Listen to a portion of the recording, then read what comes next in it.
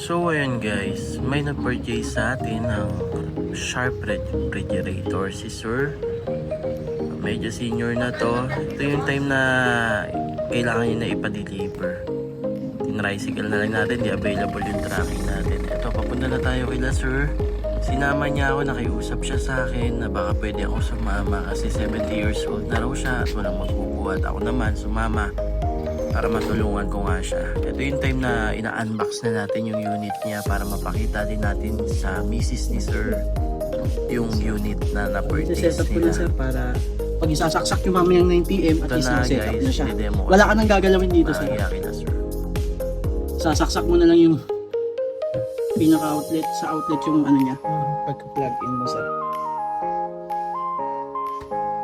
Yan. Bali, ang gagawin mo sir, mamaya 9 PM, yung pinakasaksakan sa outlet, sasaksak mo na doon sa ano, plug in nyo na sa outlet tapos wala na kayong pipindutin dito. Bali, nakaset up na siya. Bali, ano yun, 4 hours sir. 3 hours pala, naka-max. Sasakto ko mga 9. Ang mga 9 PM tapos after nakasaksak, naka-open na siya, di ba? 3 hours naman, walang laman. Oo, sir. Pag malamig na, walang laman niya, pwede ka na maglagay. Tapos depende mo na dun sa ilalagay mo sir kung madami, syempre i-max mo para ma-maximize mo yung temperature niya. Pag konti lang naman, kahit minimum lang sir. Pwede mo na siya baguhin. Yung nakalagay na sa 7 belt. Ano yan, niready ko na sir, sasaksak mo na lang siya. Yung ko lang babagoy pag pinari ko, pinakalalagay ko na. Opo. Tapos sir, ito pala, yung ano natin, ano napakita sa'yo kanina, yung egg storage niya, tsaka ice cube maker, tapos scraper po. Yan. Tapos warranty card, manual po. Thank you sir. Sir, maraming salamat po ulit.